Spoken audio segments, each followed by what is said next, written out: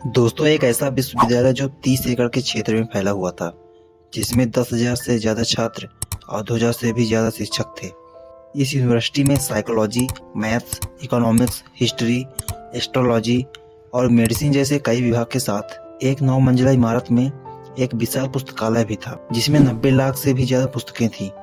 लेकिन उस समय का एक मुगल शासक बख्तियार खिलजी ने इस यूनिवर्सिटी में आग लगवा दी थी और यह विश्वविद्यालय 3 महीनों तक जला था। यह यूनिवर्सिटी नालंदा विश्वविद्यालय के नाम से विख्यात था। यह उस समय का एक ऐसा विश्वविद्यालय था जहां पर अलग अलग स्थान जैसे चीन, इंडोनेशिया, तिब्बत, कोरिया, फारस, जापान और तुर्की से छात्र पढ़ने आते थे। तो दोस्तों, आज हम इस वीडियो में नालंदा विश्वविद्यालय के इतिहास और उनमें पढ़ने वाले छात्रों और पढ़ाने वाले कई महान शिक्षकों के साथ साथ नालंदा विश्वविद्यालय को तबाह करने वाले क्रूर शासक बख्तियार खिलजी के बारे में जानेंगे और ये भी जानेंगे कि इस विश्वविद्यालय को किसने बनवाया था और बख्तियार खिलजी ने इसे क्यों जलाया। तो दोस्तों, वीडियो में आगे बढ़ने से पहले वीडियो को कर दीजिए लाइक और चैनल को सब्सक्राइब। दोस्तों, भारत के कॉलेज और विश्वविद्यालय आज भले ही विश्व के टॉप एजुकेशनल इंस्टीट्यूशंस में शामिल ना हो, लेकिन एक समय ऐसा भी था जब यह देश विश्व में शिक्षा का प्रमुख केंद्र हुआ करता था। भारत में ही दुनिया का पहला आवासीय विश्वविद्यालय खुला था, जिसे हम नालंदा विश्वविद्यालय के नाम से जानते हैं। इस विश्वविद्यालय की स्थापना गुप्त काल के दौरान 5वीं सदी में कुमारगुप्त प्रथम ने किया था। आपको जानकर हैरानी होगी कि यह विश्वविद्यालय 30 एकड़ यानी 1,21,410 वर्ग मीटर में फैला हुआ था। इस विश्वविद्यालय में 100 से ज्यादा भवन और 9 मंजिला इमारत में एक विशाल पुस्तकालय था। हर भवन में सभी सुविधाएं थी। जगह जगह स्टडी हॉल, प्रार्थना प्रांगण और छात्रों के लिए रहने की व्यवस्था थी। नालंदा विश्वविद्यालय में 2,000 से अधिक शिक्षक और 10,000 से भी ज्यादा छात्र अध्ययन करते थे। इस प्रांगण में 108 से भी अधिक विषयों पर पढ़ाई होती थी। इसमें अलग अलग भाषाओं में पढ़ाई की व्यवस्था की गई थी। विश्वविद्यालय में विश्व के कोने कोने से जैसे कोरिया, चीन, तिब्बत, इंडोनेशिया, जापान, फारस और तुर्की जैसे स्थान से छात्र पढ़ने के लिए आते थे।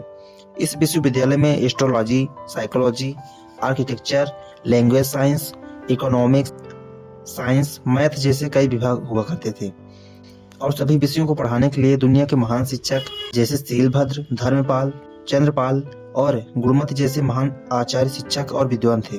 प्रत्येक विद्यार्थियों के रहने के लिए अलग अलग कमरे बने हुए थे और हर कमरे में रोशनी की व्यवस्था की गई थी, जबकि उस समय दुनिया में इलेक्ट्रिसिटी का आविष्कार भी नहीं हुआ था, तो दिए जलाकर रोशनी की व्यवस्था की जाती थी। वहाँ देश विदेश से विद्यार्थी पढ़ने के लिए आते थे। और आपकी जानकारी के लिए बता दें कि नालंदा विश्वविद्यालय में प्रवेश पाने के लिए कठिन परीक्षा से गुजरना पड़ता था, जिसमें से केवल 30% विद्यार्थियों को ही एडमिशन दिया जाता था। यहाँ पढ़ने वालों में धर्मपाल, हर्षवर्धन, वासुबंधु, नागार्जुन, पद्मसंभव और ह्यून-सेंग जैसे बड़े बड़े नाम शामिल थे। ऐसा भी माना जाता है कि महान गणितज्ञ आर्यभट्ट इस यूनिवर्सिटी के हेड रहे थे। यह यूनिवर्सिटी 800 सालों तक अस्तित्व में रही और लोगों को शिक्षा देती रही, लेकिन नालंदा कई बार अलग अलग आक्रमणों को भी सहता रहा। नालंदा विश्वविद्यालय में 3 बार आक्रमण हुए, जिसमें से सबसे विनाशकारी हमला 1199 में हुआ। यह आक्रमण बख्तियार खिलजी ने किया था और दुनिया के सबसे बड़े विश्वविद्यालय को जलाकर राख कर दिया था। नालंदा के पुस्तकालय को भी जला दिया था, जिसमें 2, 4, 6 लाख नहीं बल्कि 90 लाख किताबें रखी गई थी। इसमें 3 प्रमुख पुस्तकालय थी, जिसमें रत्नदधि, रत्नसागर और रत्नरंजक थे। इस पुस्तकालय में लगातार 3 महीनों तक आग लगी हुई थी।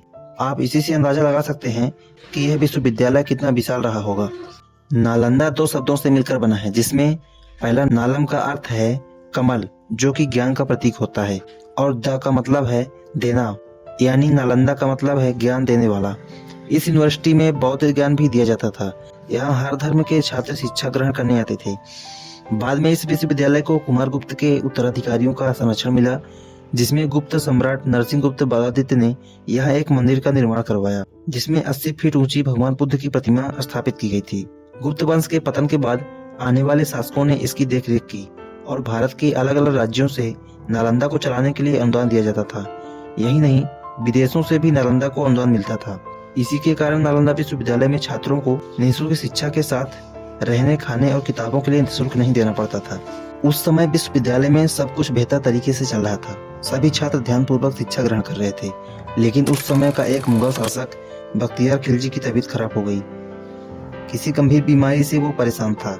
उसने अपने नामी हकीमों से खूब इलाज करवाया, लेकिन उसे कोई ठीक नहीं कर पाया और फिर बख्तियार खिलजी को जानकारी मिली कि नालंदा विश्वविद्यालय के मेडिसिन विभाग के प्रमुख पंडित राहुल श्री बद्री ही उसे ठीक कर सकते हैं। फिर क्या था, बख्तियार खिलजी ने आदेश दिया और पंडित राहुल श्री बद्री को बुलाया गया।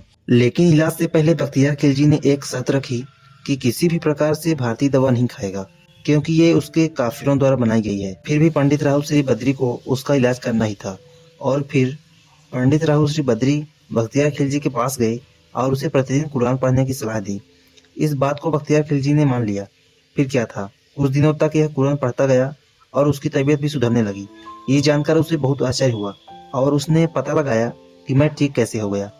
और फिर पता चला कि पंडित राहुल श्री बद्री जी ने कुरान की प्रतियों पर दवाई का लेप लगा दिया था, क्योंकि उन्हें पता था कि कुरान पढ़ते समय बख्तियार खिलजी हमेशा उंगलियों में थूक लगाकर उसके पन्ने पलटा करता था, जिसके कारण वह दवाई उसकी उंगलियों के माध्यम से उसके अंदर गई और वह ठीक हो गया। ये जानकर बख्तियार खिलजी को ये बात सहन नहीं हुई कि मेरे जितने भी हकीम हैं मुझे ठीक नहीं कर पाए, लेकिन एक काफिर की दवाई से मैं ठीक हो गया। उसे इस बात पर बहुत गुस्सा आया कि उसके हकीमों से ज्यादा ज्ञान आचार्यों में है, जो कि एक साधारण शिक्षक है। यह जानकर बख्तियार खिलजी के मन में नालंदा विश्वविद्यालय के ऊपर द्वेष पैदा हो गया और फिर 1199 में निर्दयी बख्तियार खिलजी ने इस विश्वविद्यालय पर आक्रमण कर दिया और विश्वविद्यालय के सभी विभागों सहित पुस्तकालय में आग लगवा दी। और फिर ये पुस्तकालय 3 महीनों तक लगातार जलता रहा। इस आक्रमण में छात्रों के साथ कई शिक्षक भी मारे गए और बहुत से छात्र पूरी तरह से घायल हो चुके थे। और फिर उसी दिन से दुनिया का सबसे मूल्यवान ऐतिहासिक विश्वविद्यालय का अस्तित्व खत्म हो गया। फिर 7वीं शताब्दी में चीन के हैनसंग और इत्सिंग ने नालंदा यूनिवर्सिटी की खोज की। ये दोनों 7वीं शताब्दी में भारत आए थे और नालंदा विश्वविद्यालय के बारे में पुस्तक लिखी। उनके अनुसार नालंदा विश्वविद्यालय उस समय का सबसे बड़ा विश्वविद्यालय हुआ करता था।